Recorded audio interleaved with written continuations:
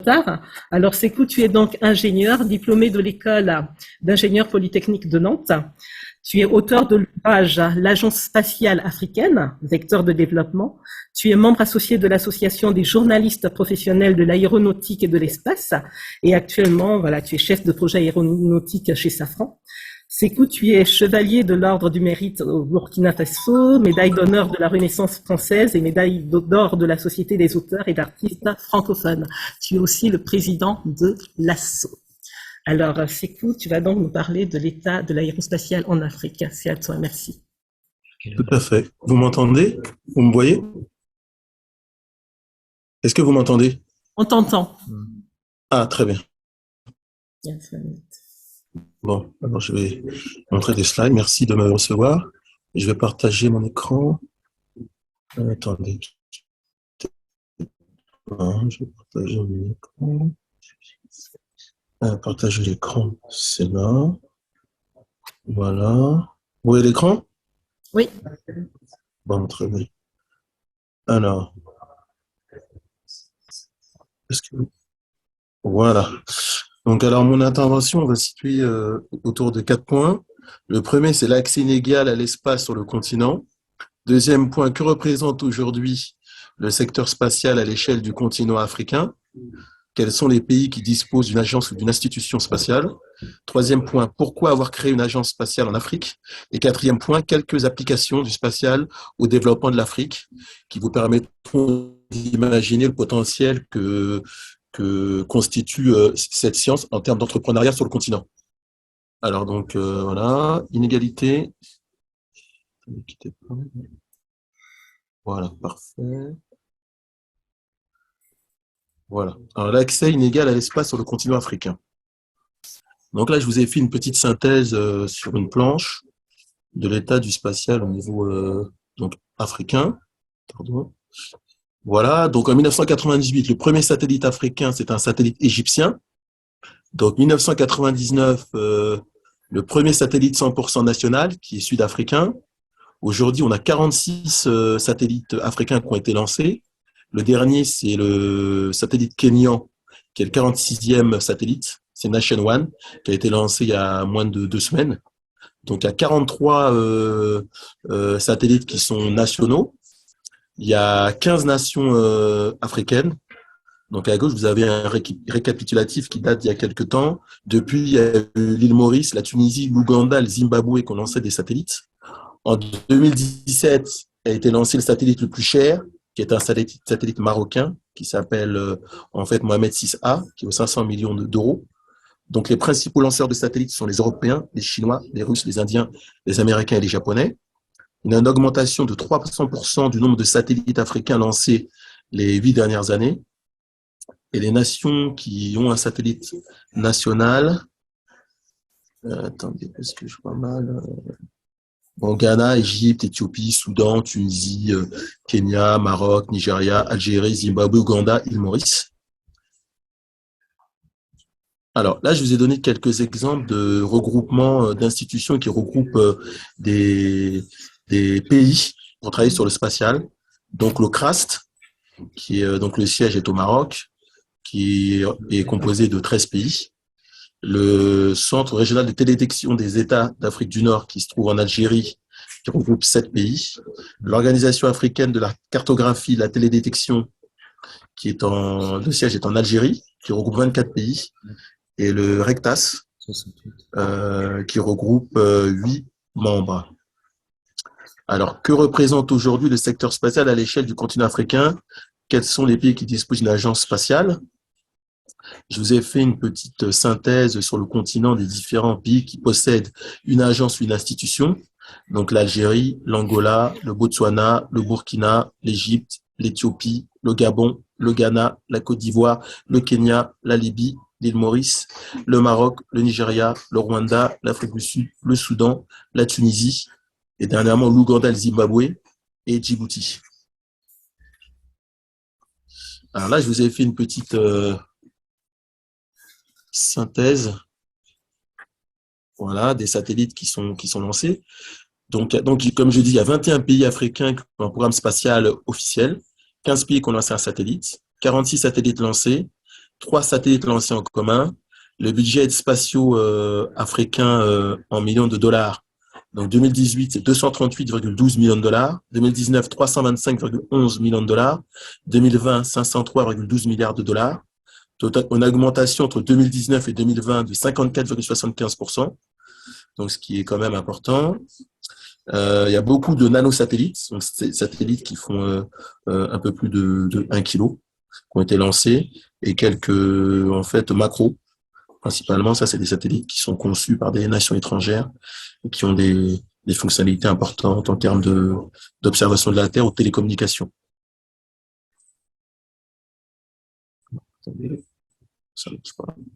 Voilà. Alors, je vous ai fait une petite synthèse en fait de la répartition des budgets par pays. Un pourcentage en fait, voilà, au niveau pourcentage de chaque pays dans la totalité de l'Afrique. Donc, on remarque depuis 2018, alors là, j'ai des chiffres de 2018 à 2020, et ce qui ressort, c'est que les nations qui ont toujours de gros budgets, c'est l'Afrique du Sud, l'Algérie, Nigeria, l'Égypte, l'Angola, l'Éthiopie et le Ghana, qui sont les grosses nations du spatial. Donc, on estime à 8500 personnes le nombre des personnes qui travaillent dans le domaine, 2000 dans le secteur privé, 6500 qui sont des institutions ou des centres de recherche.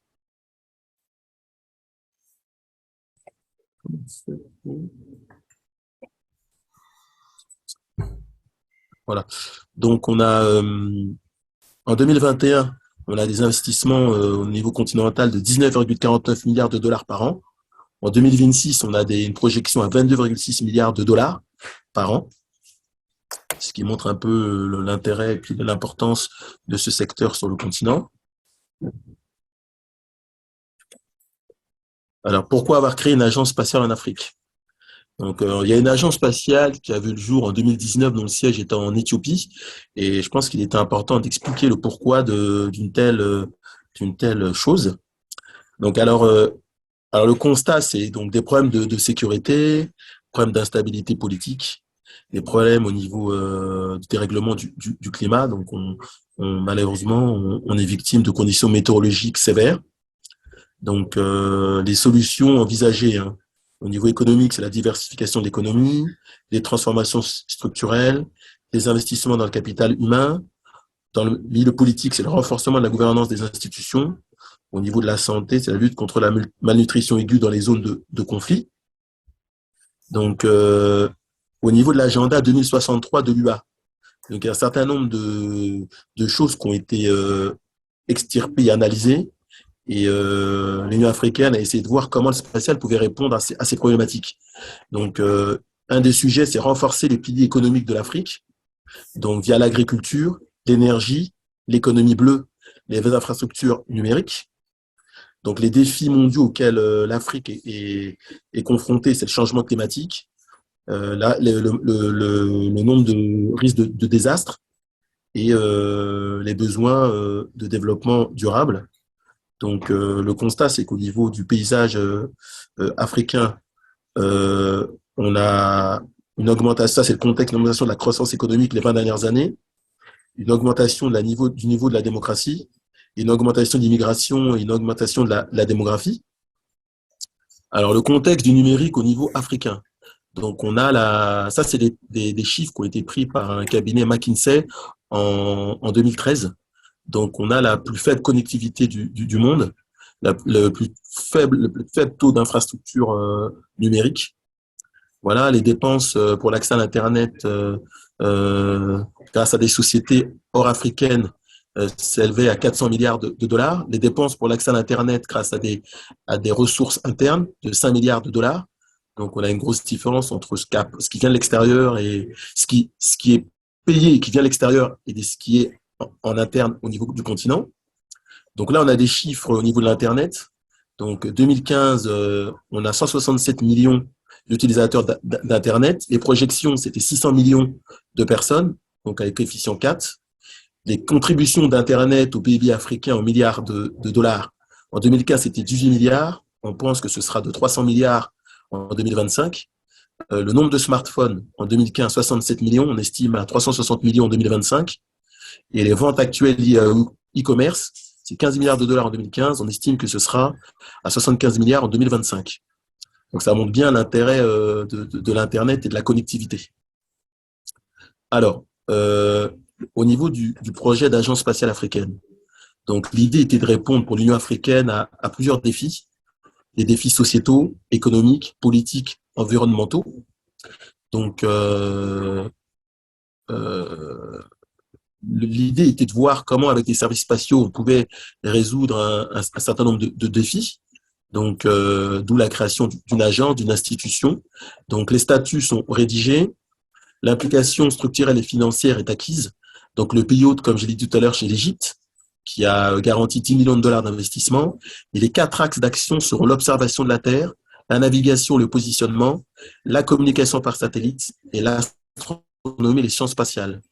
L'objectif étant de tirer parti des avantages dérivés de l'espace, renforcer la recherche, le développement et l'innovation, développer et utiliser les capitaux humains, institutionnaliser une structure de gouvernance d'entreprise, respecter les exigences réglementaires, construire une infrastructure critique, favoriser la coordination et la collaboration, assurer le financement et la durabilité.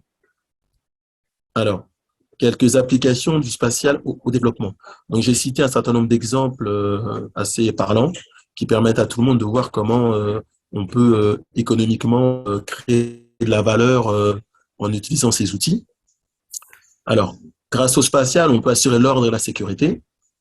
Donc, assister les autorités nationales par des applications spatiales en relation directe avec les autorités de sécurité civile lors de catastrophes naturelles ou industrielles.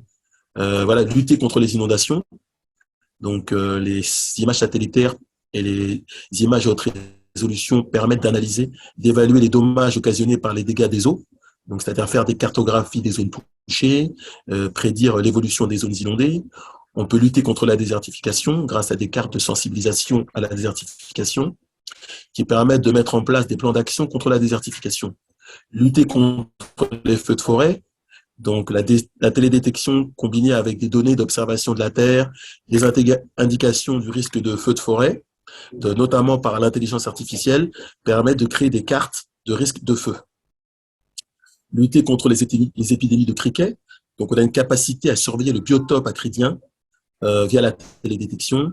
Et par exemple, on sait que les criquets se reproduisent de façon optimale dans des zones de forte activité chlorophyllienne. Donc, en observant les plantes grâce aux satellites, avec des informations liées à la température, le vent et toutes les données qui ont été enregistrées dans les années précédentes, on est capable de lutter contre les épidémies de criquets et de les prédire. On peut aussi appuyer la population lors de tremblements de terre ou d'éruptions. Donc, on a la capacité à créer des cartes de situations d'urgence pour aider les secours à agir, déterminer le nombre de rescapés, détecter les éruptions par l'analyse de l'atmosphère, par exemple, et puis analyser des nuages de cendres. Alors, comment on garantit la sécurité extérieure? Donc, on peut faire l'inventaire, la délimitation et les démarcations des frontières, donc ouverture des zones frontalières, renforcer l'appui aux opérations de paix, notamment en donnant accès à des cartographies en temps réel lors de situations de guerre, renforcer les capacités d'analyse et de prévision des organisations, notamment pour des analyses sociopolitiques et géostratégiques, faire du soutien aux opérations humanitaires, donc notamment donner des cartes de meilleure planification et organiser des interventions humanitaires optimales. On peut assurer la sécurité alimentaire. J'ai pris 3 exemples. L'agriculture, la gestion de l'eau et l'amélioration de la pêche. Donc, l'agriculture, comment? Donc, faire l'inventaire des forêts, cartographier la géologie, suivre régulièrement l'état des cultures, prédire la production agricole, regarder l'impact de l'urbanisation sur les terres agricoles, faire des cartes d'occupation des sols et des statistiques. On peut aider à la gestion de l'eau, notamment localiser des ressources d'eau souterraines, prédire la tombée de la pluie, aider à la construction d'infrastructures d'autoroutes et de travaux hydrologiques, voilà, protéger les régions archéologiques, par exemple, ça se fait en Égypte, et surveiller la qualité de l'eau, notamment la présence de polluants, notamment avec le mercure aux alentours des mines, où il y a la présence de mercure qui pollue beaucoup.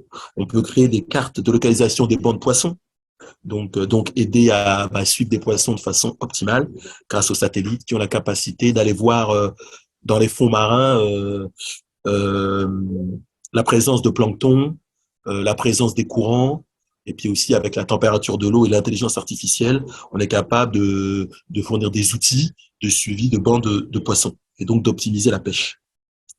Alors, concernant la santé des concitoyens, alors, il y a des cas de paludisme assez importants dans notre continent, donc la capacité à créer des cartes à risque, c'est-à-dire fournir dans les régions tropicales des cartes où il y a des probabilités importantes d'avoir des moustiques. Donc voilà, parce qu'il y a un lien direct entre la présence de moustiques et la faune et la quantité de chlorophylle qu'il y a dans les cultures. On peut aussi faire des consultations à distance, notamment dans les zones blanches où il y a peu de médecins.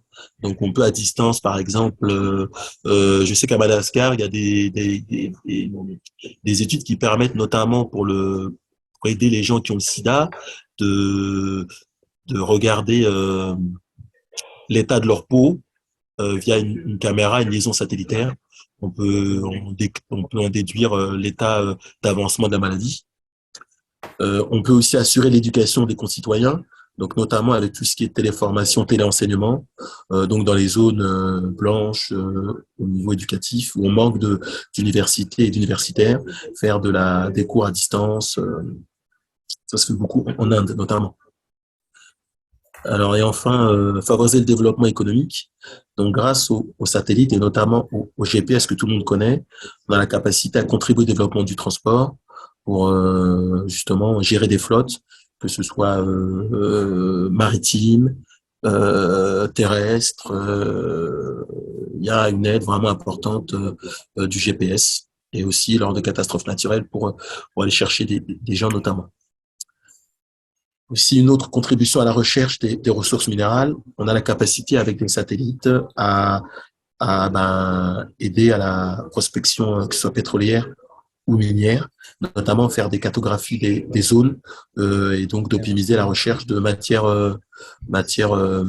précieuses. Voilà. Alors j'ai essayé d'être un peu synthétique. Je répondrai aux questions. Pour conclure, l'Afrique connaît une croissance à trois chiffres de son nombre de satellites, donc 300% les 8 dernières années. Il y en a 46 qui ont été lancés depuis 98. Il y a une explosion du nombre d'agences et d'institutions. Il y en a 21. Il y a une augmentation du budget annuel des agences spatiales de 54,75% entre 2020 et 2019. Les chiffres de 2023 sont plus importants. On a une agence spatiale continentale qui a été créée en 2019 pour pouvoir harmoniser justement la politique et la stratégie spatiale en lien avec les objectifs de l'agenda 2063 de l'Union africaine pour le développement durable. Voilà, j'en ai fini. Merci beaucoup, Sékou. Merci pour ton éclairage dans ce secteur de pointe. On sait que voilà, l'Afrique est un continent jeune. Il y a plus de 70% de la population qui a entre 15 et 25 ans. Donc, énormément de défis, justement, en termes de dynamique d'emploi, et donc aussi de formation de ces jeunes. Et voilà, on a besoin, justement, aussi d'innovation. On a besoin, voilà, de produits innovants. Il faut donc encourager ces jeunes, nos jeunes, à pouvoir, justement, voilà, innover de manière sereine. Et c'est ce que tu fais à travers, justement, voilà, ton association Lasso, en accompagnant, justement, ces jeunes qui innovent dans des secteurs vraiment de pointe stratégique et qui permettent qui répondent justement à des problématiques vraiment propres au développement de leur pays. Donc, bravo, je vais pas être brève, peut-être s'il y a une ou deux questions, les prendre de manière regroupée et on va passer donc aux interventions suivantes. Est-ce qu'il y a des questions, peut-être ici ou sur Zoom? Alors, s'il n'y a pas de questions, on va donc enchaîner. Je te remercie. Merci, c'est cool. Merci beaucoup. Merci bien. J'ai essayé d'être synthétique. C'est très synthétique, c'était très bien.